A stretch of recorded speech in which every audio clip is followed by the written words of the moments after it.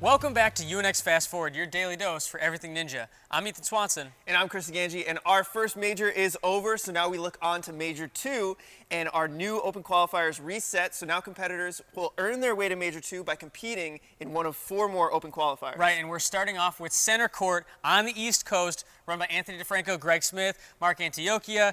Amazing event. And, we're going to take a look at what it's going to take for some of these athletes to take top 3 men or top 3 women to get to that major.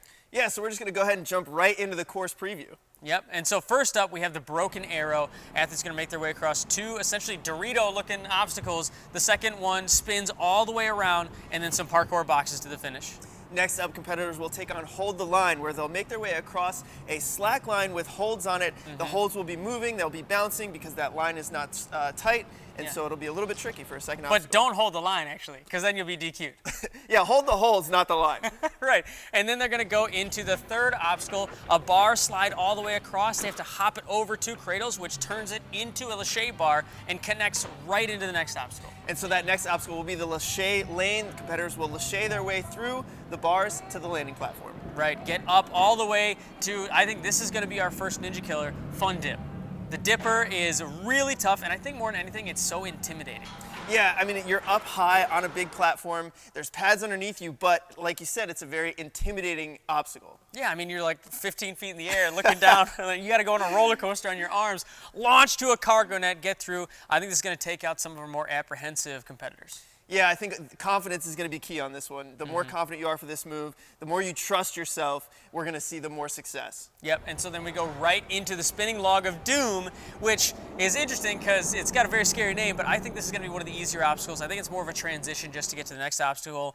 It's been in the gym a ton, so people have tested it, and it's really heavy, so it doesn't spin that much. Yeah, and then next up, competitors will take on the side grab, where they'll jump to a ledge that swings, and then they'll have to launch themselves to a side hold, make their way to another ledge, and then get off. Right, and watch out for that black pad there, because using that, putting a lot of weight on that, will be a disqualification. That's there for safety reasons.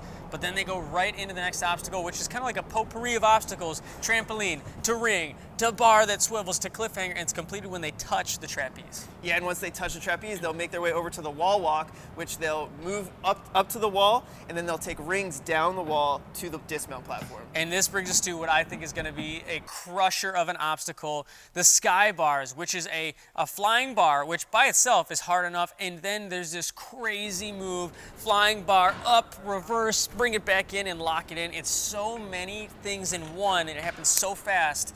I think it's going to be so tough. Yeah, and I think this is going to be one of the more technical obstacles that we've seen in any UNX competition. Just making that move, bringing the bar up and around to get onto the next hold. I think this is going to be an extremely exciting obstacle to watch. Yeah, me too. And I mean, it's flying bar times a million. it's so exciting. But plus I think athletes getting here, now you're in the back half of the course, so you're dealing with some pump and time management and strategy. There's a lot going on. Yeah, and we've seen reverse grabs kind of become more popular in terms of ninja, kind of making something, coming up and around something.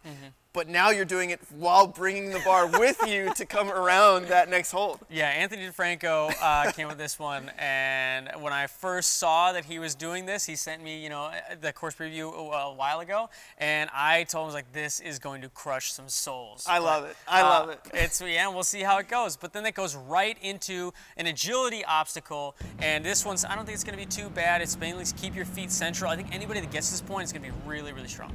Yeah, keep your feet in the center, and then it brings you over to the zip crossing, which, I don't expect anybody to really fall here. This seems like more of a transition obstacle.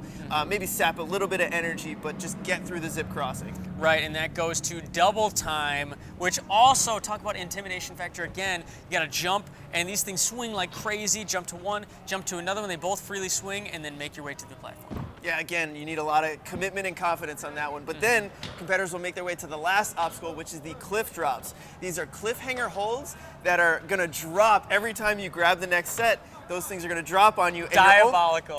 You're only holding on to like a small little ledge, and every time you go to the next one, it drops. You'll make your way through to the platform, hit the buzzer, and your time stops. Right, and the time limit is 4 minutes for this course, which there are a lot of obstacles and just number of obstacles, and a lot of these obstacles take a lot of time. Like sky bars, that's going to take probably 30 plus seconds just to get through that obstacle, not even considering the rest beforehand and afterwards. Well, I was just about to say, I think the other big part of that is you're going to want to rest before you take on that sky bar. You're going to want to size it up, see how you're feeling at that point in the course, because that is such a technical move that you're going to really need a lot of strength for. I'm not expecting that we see a lot of finishers. I know we have over 70 athletes competing, but my guess is like 5 finishers, maybe 4 to 5.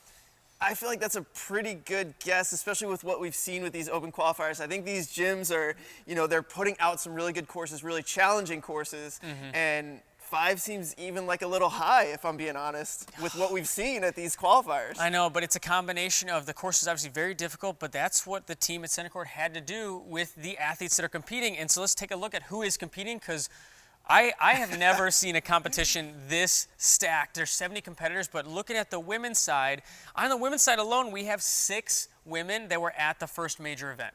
Yes, 6 women at our first major event. That is a huge field, especially when you consider only 3 of them can get a spot to that second major. Right. And the first one I want to bring up, Olivia Colasano. She ended up taking 5th place at the first major. Amazing performance, and she's going to be competing here in Centercourt. Yeah, Olivia is such a consistent competitor. We saw her do very well at our first major, got to put a ring on it multiple times, and just such a speedster as well. Just consistent. At the major, like you said, 3 times got to put a ring on it, all 3 of her runs. And before that, getting there at Traverse Fitness, beat Barclay, beat Jessie Graff to take the first place at that qualifier. So I'm expecting her to do well. But that brings us to another killer, Casey Rothschild. She also took first place at her first UNX qualifier. Yeah, Casey Rothschild, didn't have the major I think that she was planning on or expecting to. Kind of had a very shocking exit on the bookends. But, I think she's going to take that as motivation to come back here in Centercourt and punch her ticket to the second major. And you say didn't have the showing that she wanted at the major, still took 6th place. I mean, yeah, it wasn't a bad showing, right. But I think it was, to her standards, I think that she expected to catch the bookend and do just a little bit better. Right, and I agree with you, but I'm just pointing out because her taking 6th place and not meeting her expectations just shows how strong of a competitor she is, and she's here at Centercourt. But another athlete I want to talk about, Rachel Brown, she took 7th place at the major event. Yeah, Rachel, we've talked about her so much about being a younger competitor who's been competing amongst the pros for so long, and I think that coming off of that major, again, the motivation is there, and it's so tough. There's so many good competitors, but I think Rachel's going to do very well. And what's awesome is she also took first place in her qualifier at Ninja Quest. So we have 3 women competing here that took first places at their UNX qualifiers to get to the first major, and they're all competing in the same region. But then let's talk about somebody who wasn't at the first major event, Abby Clark, who is a veteran ninja. She's competed on big stages before, and now you've got these 3 women who've had first place, like you just said, at each of their open qualifiers. Now you take somebody like Abby Clark, who's coming into her first UNX event. What do you expect there? Well, I mean, she's also got the gymnastics background, and it's her home gym, Centercourt. She trains there a ton. I expect her to do big things. But, I mean, there are so many other women's athletes. I want to bring up 3 other women that were at the major, too. Allie Murto, Nikki Perella, and Mary Layton that are, man, it's so stacked. Yeah, this is going to be such a tough competition to take to one of those 3 spots. I'm glad I'm not competing on the women's side in this one.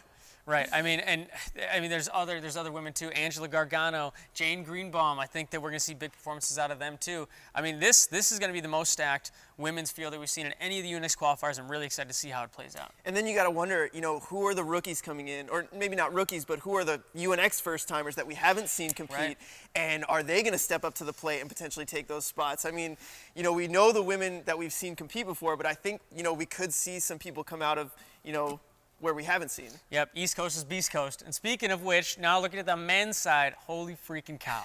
On the men's side, yeah, I mean, I think we had 4 or 5 athletes from the first UNX major? 4 athletes from the first UNX major, so that makes 10 UNX major athletes compete in this competition across men and women's divisions. But, talking about Josiah Papel, who came out so strong at alternate routes, and then also at the major, took 6th place. He's going to be here competing. Yeah, Josiah down at alternate routes just missed finishing alongside his partner Joe Meisner, who's also going to be competing here at Centercourt. So the 2 of them, training partners, Josiah and Joe, the fact that they train together, they're from New Jersey, they don't have to travel far to this competition. I think that definitely favors the two of them. And then their coach. Najee Richardson, the Flying Phoenix, yeah, and you got to think about sky bars. Like that move when I saw that Anthony DeFranco was making that reverse pop-up is Najee loves the flying bar, and he's so good that gymnastics background, getting his hips up and like floating, I feel like he's best suited to clear that obstacle. Naj has so much power, and I've actually seen Naj at Centercourt when they had a different flying bar setup skip flying bars. Sure. Skip multiple flying bars. Of course, because why not? Yeah, I mean, so strong and so talented at the flying bar that I really can't wait, and I hope he gets there. Another athlete from the major event, Michael Torres, who's a monster, and he was the first qualifier when he was at Ultimate Ninjas to get to the major. And you know, he's originally from the East Coast. I know now he's out here in Chicago with us, but going back to his home area. He's traveling home. He's gonna see family. Yeah. This is gonna be a great trip for him. Mentally, I think he's gonna be like ready to compete. Yep. And I want to talk about some athletes that weren't at the first major event. First of which, you gotta mention him, Joe Moravsky. Didn't make it to the first major when he went to alternate routes, and you know he's thinking that's not gonna happen again. Yeah, I mean, we talked about it in an earlier episode of Fast Forward, but lightning does not strike twice, and I don't expect Joe to make a silly mistake or just a mistake in general. And in his case, lightning doesn't not strike twice, right?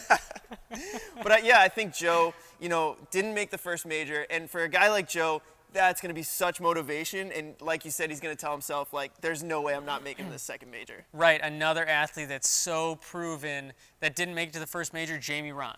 Yeah, Jamie Rahn, that's an interesting one. He tried twice to make it into the first major, didn't qualify.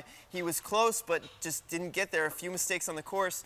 And so, you know, he's from New Jersey. He's going back to his home state, and we'll see what happens. Right, and then so you have some other athletes that we have to mention for sure. Connor Galvin and Lucas Real that are absolute monsters. They did so well on American Ninja Warrior this past season, and especially in Baltimore. Yeah, both of them made it to the Power Tower on different occasions. Right. So, you know, they have been in that top set of athletes, in the top two on American Ninja Warrior, and so, you know, it would be no surprise for me to see them on the podium. Yep, Judas Licardello, who's pulling off some big moves at alternate routes. I'm assuming we'll see some other crazy stuff from him. There's some flyaway opportunities on this course, I will say that. Maybe flyaway sky bars, maybe? Maybe. I don't know. But another athlete, youth athlete that is, I have high expectations for, Caden Lebsack. He actually, UNAA World Finals, took second place only to Jake Murray, who now is sitting in second place in the UNX season.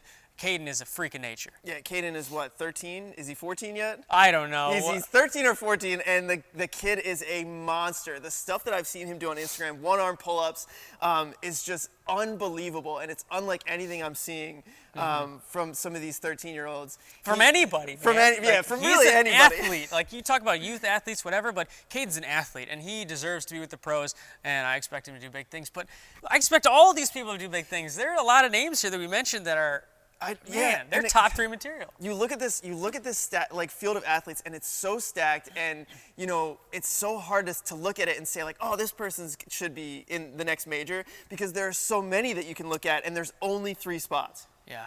Well, like we said, 10 athletes from the first major, and there are only 6 spots available. And then there's also other people that weren't in the first major that they're gonna have something to say about it. Absolutely, yeah. A couple things to say. Hopefully we'll see some of that stuff. But tomorrow we're gonna go into our predictions, which is gonna be the hardest set of predictions we've ever had to put together. And then we're also gonna get a sneak peek of somebody's run from Centercourt. Yeah, so that's going to be on tomorrow's episode of Fast Forward. Come watch Ethan and I struggle to make our predictions for the top 3. That's going to be tomorrow, so we'll catch you guys next time. I'm Chris DeGangi. I'm Ethan Swanson. We'll see you tomorrow on UNX Fast Forward.